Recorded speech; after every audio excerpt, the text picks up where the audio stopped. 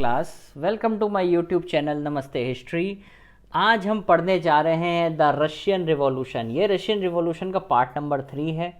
इससे पहले मैंने 2 पार्ट कवर कर लिए हैं रशियन रिवॉल्यूशन के। आप ऊपर आई बटन पर क्लिक करके देख सकते हैं, आपको वीडियोस दोनों रशियन रिवॉल्यूशन की मिल जाएंगी। तो चलिए रशियन रिवॉल्यूशन की वीडियो को हम स्टार्ट करते हैं। Let's start. अब देखो यहाँ पे हमने अभी तक क्या देखा था कि किस तरीके से यूरोप में सोशलिज्म आया, फिर हमने ये भी देखा कि रशिया में किस तरीके से सोशलिज्म आया।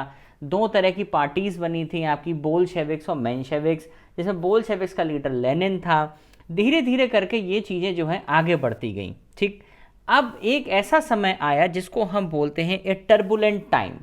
ए टर्बुलेंट टाइम, एक उथल पुथल का टाइम, जिसको हम और किस नाम से जानते हैं, 1905 का रिवॉल्यूशन। अब देखो यहां सबसे पहले कंडीशंस पढ़ेंगे, क्या क्या दिक्कतें थी, मतलब कहां से इसकी स्टार्टिंग हो रही है। तो देखो सबसे पहले पॉइंट देखो, tsar was not subject to parliament. ठीक है, जार ब्यूरोक्रेसी थी, ऑटोक्रेसी थी, तो वहां पे जार को कोई मतलब ही नहीं था पार्लियामेंट से, जार तो वहां मोनार्की थी। ठीक, तो पहला पॉइंट।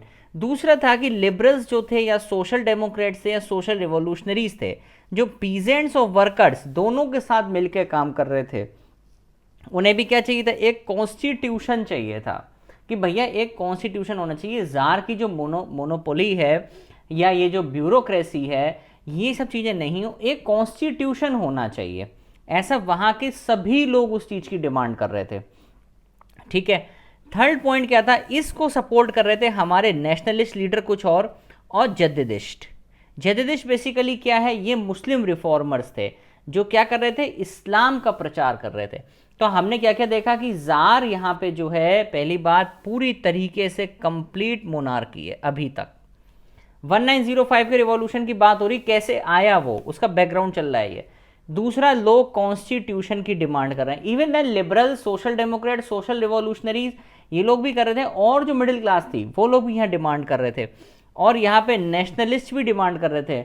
मुस्लिम्स जो जद्दिदिस्ट जिन्हें बोलते हैं, ये भी डिमांड कर रहे थे। ये क्वेश्चन आता है 1 मार्क में कि जद्दिदिस्ट किसे बोलते थे, ये मुस्लिम रिफॉर्मर्स थे। तो ये सब लोग कुल मिला के एक ही चीज डिमांड कर रहे थे, दैट इज कि भैया जार भाई साहब, आप जो भी हैं, आप मोनोपोली अपनी ख़त्म करिए और हमें ये मोनार्की ख़त्म करिए और हमें एक कॉन्स्टिट्यूशन चाहिए। यहां तक क्लियर हुआ। अब आगे चलते हैं और देखते हैं।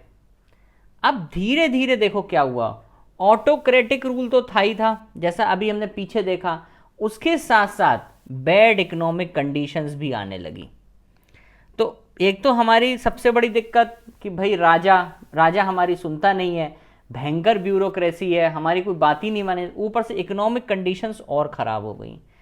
क्या हुआ कि जो प्राइस थे असेंशियल गुड्स के, वो बढ़ गए, प्राइस असेंशियल गुड्स के बढ़ गए, और वेजेस घट गई बाई 20%। रियल वेजेस जो थी वो घट गई और प्राइस असेंशियल गुड्स के क्या हुए, बढ़ गए। और देखो सबसे पहले तो एक मुद्दा ये उठा कि यहाँ पे ऑटोक्रेसी थी। दूसरा ये मैटर आ गया कि भैया ये समस्या है।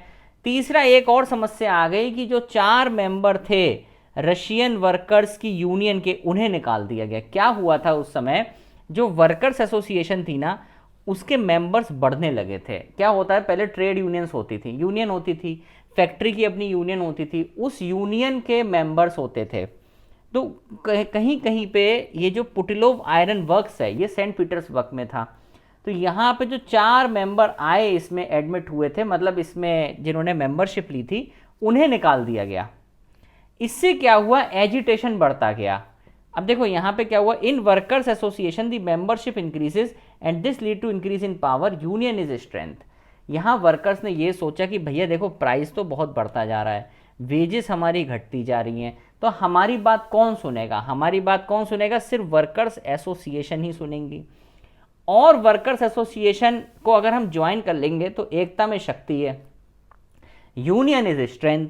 तो ऐसे ही इन लोगों ने यहाँ पे इस वर्कर्स एसोसिएशन को ज्वाइन किया।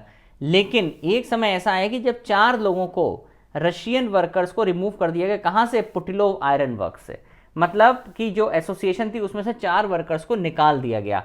कितने निकाला, जो बेसिकली इंडस्ट्रियलिस्ट थे बड़े बड़े, क्योंकि इंडस्ट्रियलिस्ट राजा के कहने पे चलते थे। देखो अब सबसे पहला रूल, ये दिक्कत, दूसरी ये दिक्कत बैड इकोनॉमिक, थर्ड दिक्कत आपकी ये रही, ठीक है। तो ये सब दिक्कतें बनती गई। अब देखो आगे, इसी को लेते हुए 1,10,000 वर्कर्स ने सेंट पीटर्सबर्ग में स्ट्राइक कर दी और यहाँ पे ये बोला गया कि भैया अब तो बहुत हो गया, हमारी जो वर्किंग आवर्स हैं उन्हें 8 घंटे कर दो और हमारी सैलरी बढ़ा दो, हमारी जो वर्किंग कंडीशन है उसे इम्प्रूव कर दो, ठीक है। पीटर्सबर्ग का भी नाम चेंज कर दिया गया था बाद में, पेट्रोग्रेड कर दिया गया था, वो हम आगे डिस्कस करेंगे। तो यहाँ कॉजेज समझ में आ रहे हैं ना, आप फिर से एक बार देखो। तो सबसे पहला कॉज कहता है कि जार की ऑटोक्रेसी थी, हमें कॉन्स्टिट्यूशन चाहिए था, ठीक है।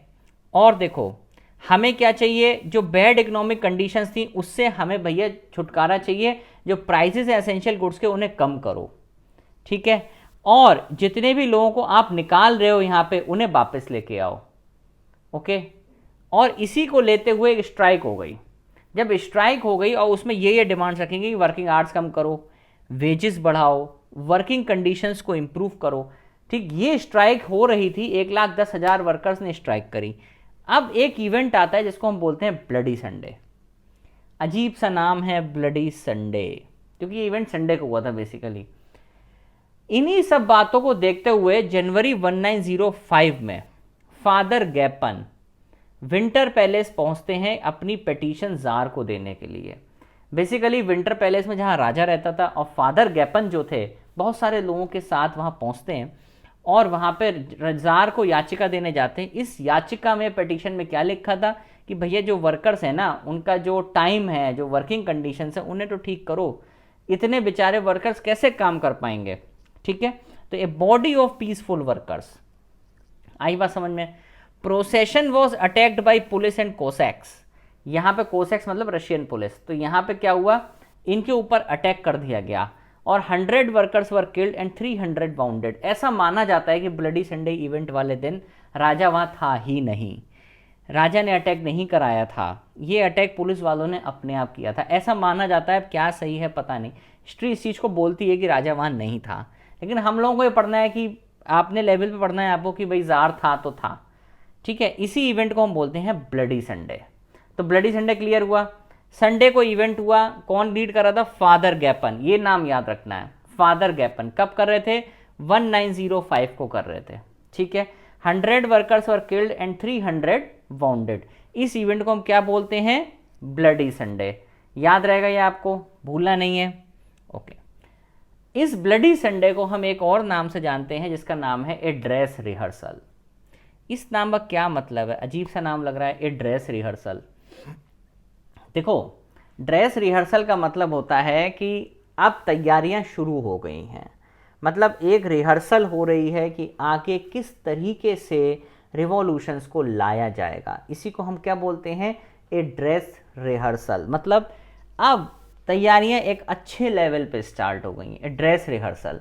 तो देखो the incident of bloody Sunday caused wide spread disturbance all over the Russia. समझ में आया। स्ट्राइक्स होने लगी, strikes took place in many Russian towns, universities were close down, lawyers, doctor and middle class demanding constitution. अब यहाँ पे भी जो लॉयर्स थे, डॉक्टर्स थे, मिडिल क्लास थे, लिबरल्स थे, सोशल डेमोक्रेट्स थे, एसआरपी की पार्टियां थी, कोई भी था रशिया के अंदर, वो कॉन्स्टिट्यूशन की डिमांड कर रहा था कि भैया राजा नहीं होगा, कॉन्स्टिट्यूशन ही होगा। Mutinies and rebellion broke out in navy and army, और इंडस्ट्रीज का काम भी ठप पड़ गया। तो आप देख रहे हो किस तरीके से ब्लडी संडे एक रिवॉल्ट के रूप में आगे बढ़ रहा है। इसकी वजह से क्या हुआ, स्ट्राइक्स हुई, यूनिवर्सिटीज़ बंद हो गई, सबको कॉन्स्टिट्यूशन चाहिए और इंडस्ट्री में भी काम बंद हो गया। That is a dress rehearsal. मतलब ब्लडी संडे आगे आने वाले रिवॉल्यूशंस का एक खतरा है, मतलब एक अंदेशा दे रहा है कि हाँ आगे भी बहुत कुछ बुरा होगा। जार बोला भैया ठीक है, कोई बात नहीं, सॉरी यहाँ स्पेलिंग थोड़ी मिस्टेक हुई है, TSAR आएगा वो, जार, ठीक है, दैट इज जार। और ऐसे भी लिख सकते हैं लेकिन TSAR ही लिखना है आपको। जार इशूड मैनिफेस्टो इन अक्टूबर 1905। जार ने क्या करा, एक मैनिफेस्टो जारी किया। मैनिफेस्टो में उसने क्या बोला कि भैया फ्रीडम ऑफ स्पीच होगी, प्रेस होगी, असेंबली होगी, सारी फ्रीडम्स आपको मिलेंगी, कोई दिक्कत की बात नहीं है। और उसने क्या करा भैया, ड्यूमा बना दी, ड्यूमा समझ में आता है? ड्यूमा, ड्यूमा मतलब होता है रशियन पार्लियामेंट। जार ने क्या करा कि भाई ठीक है, आप लोग इतना कहते हो तो मैं रशिया में एक पार्लियामेंट बना देता हूँ। बहुत अच्छी बात है, लोग बहुत खुश हुए। लेकिन जार ने पहली ड्यूमा 75 डेज में सस्पेंड कर दी।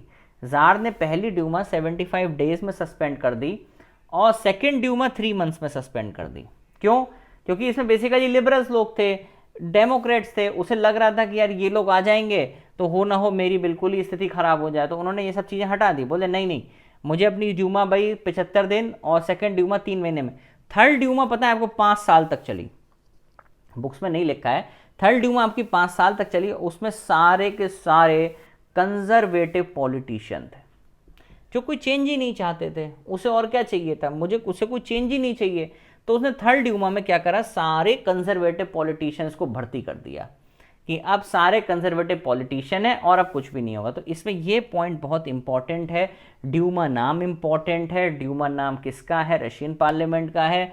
जार ने जो ड्यूमा सस्पेंड करी कितने दिन में करी, सेकेंड ड्यूमा कितने दिन में सस्पेंड हुई, थर्ड ड्यूमा कितने दिन में सस्पेंड हुई या नहीं हुई, ये सब चीज़ें जार ने दिया। तो जार ने यहाँ पे ड्यूमा कब बनाई, ये क्वेश्चंस आते हैं, ध्यान रखेंगे। 1905 1905 के ब्लडी संडे के इवेंट के बाद। ठीक है, अब कहानी बहुत मजेदार आती है, इसको बहुत अच्छे से पढ़ना है। First world war and the Russian umpire. ठीक है, सेंट्रल पावर थी आपकी जर्मनी, ऑस्ट्रिया हंगरी और ओटोमन अंपायर। ओटोमन अंपायर कौन सा है? टर्की वाला अंपायर। सुल्तान, खलीफा, टर्की वाला umpire, that is Ottoman umpire. Okay. Central power allied powers, Britain, France, Russia, USA, allied powers. Joint USA ने ज्वाइन किया था इन 1917। फर्स्ट वर्ल्ड वॉर का टेन्योर हमें पता होना चाहिए 1914 से 18, 1914 से 18, यहां तक याद रहेगा। अब देखो, दो फ्रंट पर लड़ाई हो रही थी, ईस्टर्न फ्रंट और वेस्टर्न फ्रंट। समझ में आ रहा है? दो फ्रंट पर लड़ाई हो रही थी, ईस्टर्न फ्रंट और वेस्टर्न फ्रंट। अब देखो, यहां आप देख रहे हो, ये रहा जर्मनी, ये रहा ऑस्ट्रिया हंगरी, ये रहा ओटोमन अंपायर, इधर फ्रांस और इधर रशिया, ये एक तरफ थे। ठीक है, अब देखो, ये रहा ईस्टर्न फ्रंट, इधर रहा वेस्टर्न फ्रंट। तो जर्मनी के लिए ये रहा ईस्टर्न फ्रंट और इधर क्या रहा? Western front. यहां तक समझ में आ गया कि ईस्टर्न फ्रंट और वेस्टर्न फ्रंट क्या है। इधर है आपका कौन सा फ्रंट? अगर फ्रांस की तरफ देखेंगे ये है वेस्ट, और इधर बढ़ रहे हैं तो क्या है? ईस्ट। ये याद रहेगा, इसे नहीं भूलना है। तो जर्मनी, ऑस्ट्रिया हंगरी और ओटोमन अंपायर ये एक तरफ थे, और एक तरफ रशिया और फ्रांस, और एक तरफ यूनाइटेड किंगडम। यूएस से बाद में आया था। तो आपको समझ में आ रहा है? मैं एक बार फिर से मार्क कर देता हूं, ये रही आपकी सेंट्रल पावर्स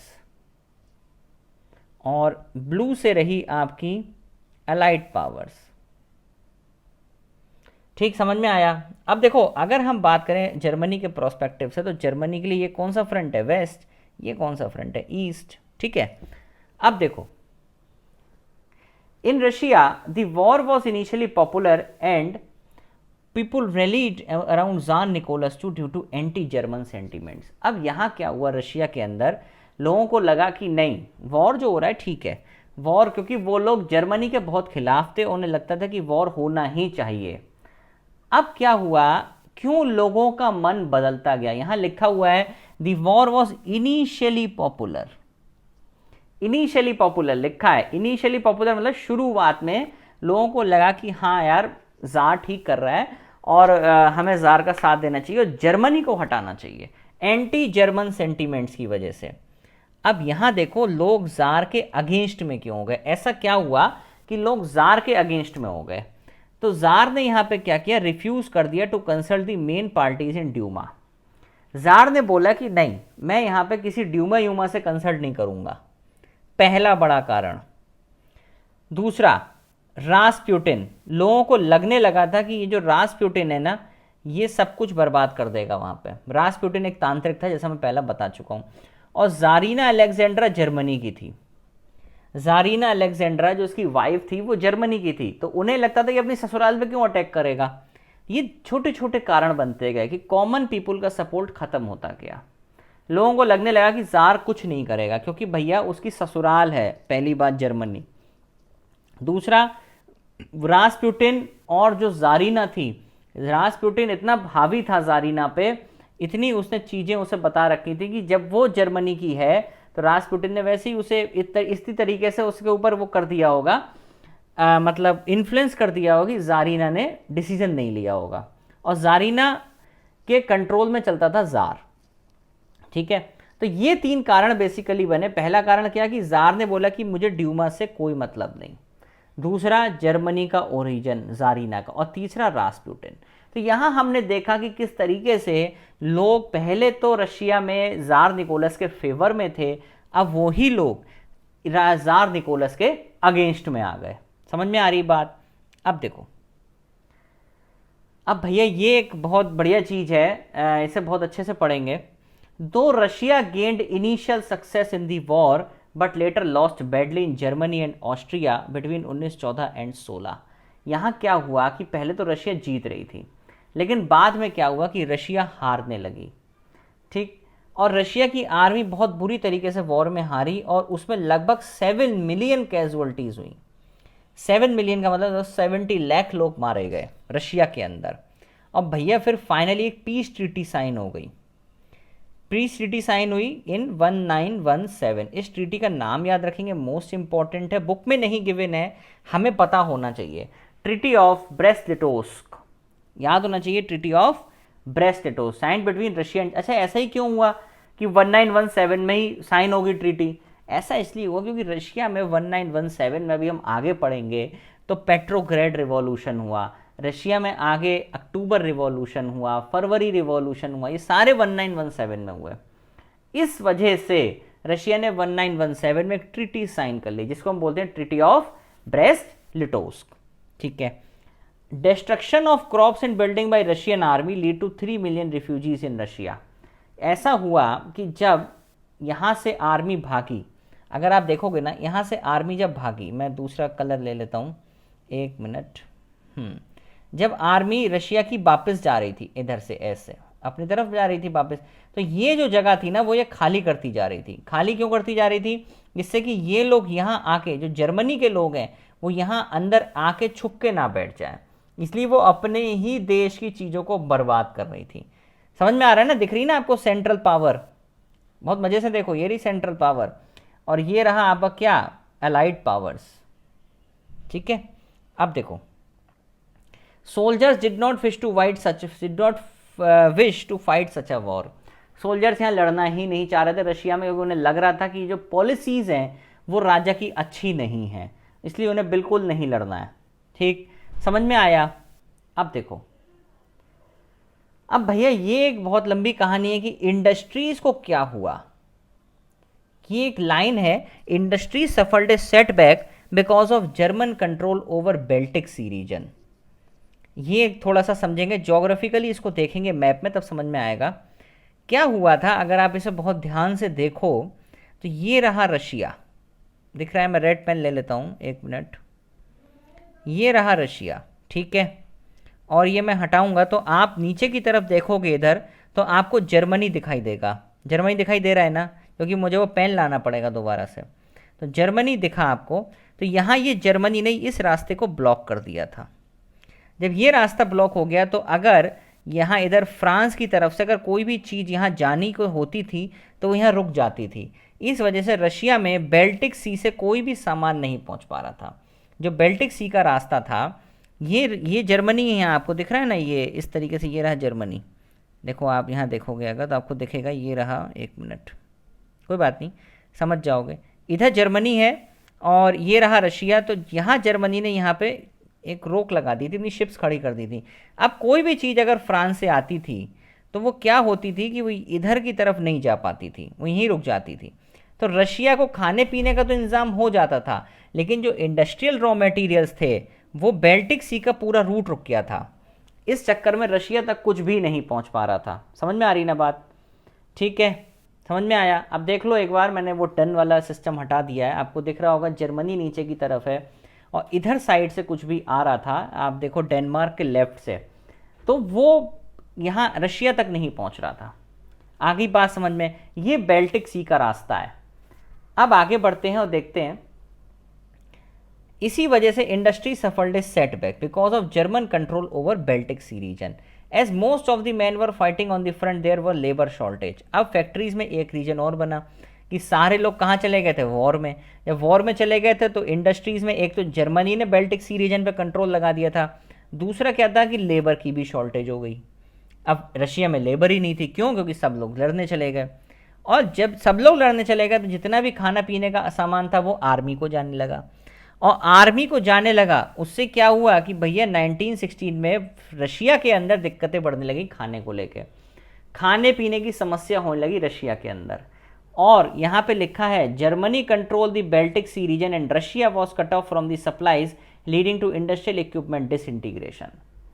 अब भैया वहाँ से रशिया से जब जर्मनी ने वहाँ पे कंट्रोल लगा दिया तो वहाँ से कुछ भी नहीं आ पा रहा था, इस वजह से यहाँ पे इंडस्ट्री सफर्ड अ सेटबैक। आगे बात समझ में। कल नेक्स्ट वीडियो हम अपलोड करेंगे जिसमें हम रिवॉल्यूशंस देखेंगे, फरवरी revolution and October revolution. I hope आपको वीडियो समझ में आई होगी।